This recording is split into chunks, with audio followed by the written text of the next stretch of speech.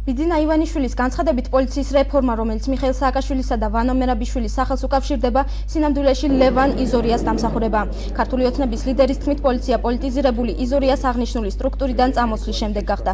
ლევან იზორია მიიჩნევს, რომ ივანიშვილმა სწორად შეაფასა სიტუაცია. მისი განცხადებით, ვანო მერაბიშვილი შინაგან საქმეთა სამინისტროში პატრულის რეფორმის ჩამოყალიბებიდან 6 თვის შემდეგ მივიდა. ქართული ოცნების ლიდერმა ლევან იზორია დღეს ჩოროწყუს მაჟორიტარობის კანდიდატად დაასახელა.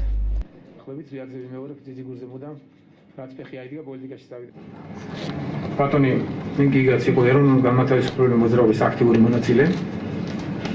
ძველი პოლიტიკოსი გახლავთ ისიც ჩვენს აი მისი შედეგი იყო პოლიციის წარმატებული რეფორმა და არა ის რომ ვიღაცები მიიწერენ.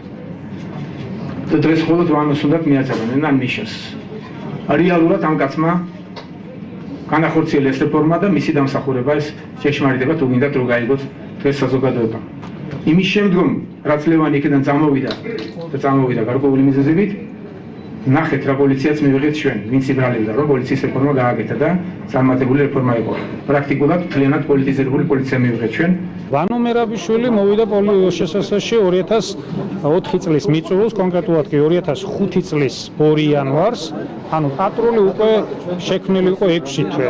ასე რომ ინფორმაცია იმის შესახებ, რომ მერაბიშვილმა შექმნა პატრული არის სიცრუე.